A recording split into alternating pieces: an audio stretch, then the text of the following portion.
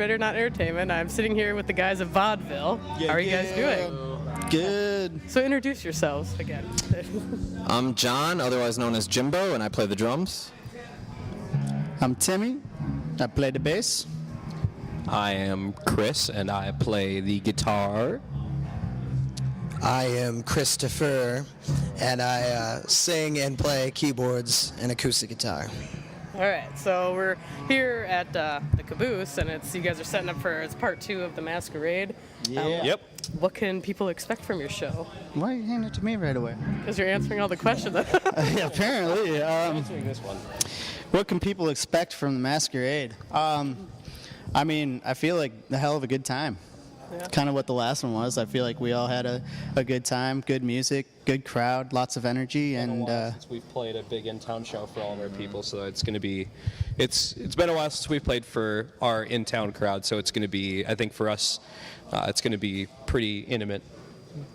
Or intimate. Intimate. And there's going to be a lot of diversity. There's going to be a lot of our old stuff off Vendetta, which we haven't been playing a lot lately. There's also going to be, obviously, a lot of part 1, and there's going to be a lot of new songs that people haven't heard before, so to expect something new tonight. Sweet. So there's kind of a theme for the show? The theme, we all dress up in masks and some classy attire. No, but we're gonna expect a really great crowd of people. What I love about the vaudeville fan base is when we put up, we like to do something more interesting than just a rock show, because people are so sick and tired of hearing, oh, let's go to this rock show. So we like to put themes to it and get people excited to make it more an experience, more of an event rather than just a show, you know. Yeah. It makes it more exciting. Mm-hmm. Yeah. So how is this second album different compared to the first album that you guys did, the Masquerade? I think has a little more dynamic to it. Part 1 we were very bass heavy. I think that's one big thing.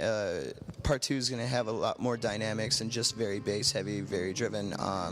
We've got a very eerie sounding song on there. We've got very uplifting song on there. I just think you're going to get a little more variety of different kinds of songs you're going to hear on the part 2 than as opposed to part 1, where it's a little more, I don't know, what's the word, Timmy? I was kind of listening to you. Word for what? What do you? I don't know. It was hard to hear you. Looked like you wanted the mic. Oh yeah, I was just gonna add on to that. You edit these, right? Okay. I was just gonna add on to what Chris was saying and say part 1 was it was a lot darker for us. Maybe that was why it was bass heavy, because those low kind of note like drones and stuff, like they kind of give you we gave it a little creepier feeling. It's a little darker, probably a little more depressing. With part 2, we really kind of took it up and resolved all the darkness that was in part 1. Yeah. The other big thing about part 2 as opposed to part 1 is we brought Wally from Skyline back to produce part 2. And so he definitely helped change. Like, there's an influence there, when we do our production with Wally, it changes. So it resolved part 1 very well, in my opinion. I think, and then on top of all that, it was just us taking the next step to where we want our direction to be, always changing and keeping it more diverse. And I feel that we did a really good job of expressing that on this album, better than before. So it's always about advancing and knowing what's new. He's real slow, aren't we? Yeah. Yeah. So, I mean, you guys... One more. It's a brighter, it's a happier feel, and I feel like it really was this lot smoother process than part 1 to kind of make, and everything just kind of flowed really well. You guys have a lot of new merch, and you guys have a pretty busy summer coming up. Talk a little bit more about that. What you got going on this summer? Well, we've got lots of merch. I'd like to talk about that first. I was going to I'd ask like you to to say, show some off. we don't have any with us, but we do have a fantastic merch stand here that I spent personally over 20 hours working on building and putting together. So you buy best buy some stuff. We got tank tops, we've got t-shirts, two-sided t-shirts, we've got the new album, obviously, we've got baseball jerseys, we've got lighters with bottle openers on them, we've got everything you can possibly get your hands on, so we'll have that available tonight. Also, this summer, we got a lot going on. We're doing a lot of kind of backyard style festivals. There's a festival I'm very particularly excited about called Lawn Fest, and there's another festival in Chicago called The Revival, which is a bring your own booze festival, which is fantastic. Yeah. I'm excited about that.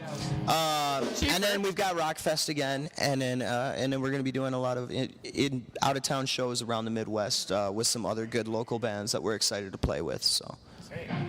So with a lot of bands, I mean, there's a lot of bands in the Midwest here, and I mean, just all over. Some of them are calling it quits. And what do you guys do to keep pushing forward and, bring your experience to new people? Every band goes. Being in a band is just like being in a relationship. You get past that honeymoon stage, you start to realize, oh man, this is a lot more difficult than just. It's a business, at the end of the day too. It's if you want to be successful playing music and you want to do that for the rest of your life, you have to almost treat it like a small business in order to keep maintaining that flow. But once you get past that honeymoon stage, just like in a relationship, we come up with new things and ideas to engage each other sexually. I just said that because I knew it ticked Timmy off. So, no, we try to experiment as much as we can with songwriting, and just like a relationship, we all have our moments where we bicker on the road due to playing out in the middle of July. We're all super hot and just irritated, little things. But I don't know. We're a family. We stick together. It's like the brothers I never wanted, I think that's what you put it at the end. I think, us keeping it or treating this as a business, but at the same time, just the camaraderie amongst each other. We've been with each other for 4 or 5 years now. And, it's like the brother you never wanted. We're a family. We bicker like a family, and we love each other like a family. So I think at the end of the day, that's what it all comes down to. So. I actually think that if any of us tried to quit, we would fail at quitting. I think that part of the big reason is, I mean, you hit that stage, any musician knows this feeling of maybe it's time to do something else. Maybe it's time to rethink your goals and what you're doing, and you put a lot. It's a 15-year investment before maybe you see something back. I mean, you pour your money, your heart, your soul, everything into this, and but I think that for us, I feel like if a piece of us would die if any of us quit, and I just don't think I think honestly, if any of us could quit, we would have already quit. I feel like we're going to keep doing it until all the creativeness isn't there anymore. If we still feel creative doing it, we're going to keep doing it. If creativity doesn't come anymore, which I don't see how it wouldn't because we're all very creative people, then we'll probably be like, okay, now it's time. We can't make anything creative. But for the time being, I think we're pretty creative right now, and we're doing just fine. So. Well, that's all I got for you guys. Do you have anything else you would like to add into this? Come up. Sign us off, Shara.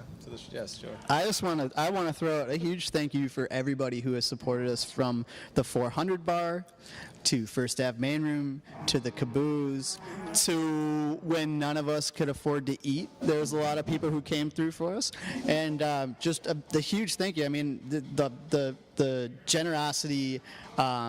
The passion that people have shown us in what we do, it's very humbling feeling. So thank you. Yes, thank you. Thank you. Well, thank you guys for sitting down with me. I appreciate it. So check out Vaudeville. Where can people find you? What website at all? www.vaudevillemusic.com. All right. And www.facebook.com/VaudevilleMN. Got it. What was the sound? Ask him.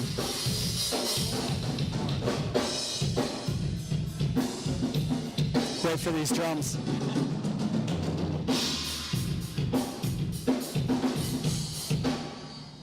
You can find him on at Seven Corners every Saturday night from 10 to midnight. He'll be in the little gold Speedo. You can find us on a big red couch at the Caboose.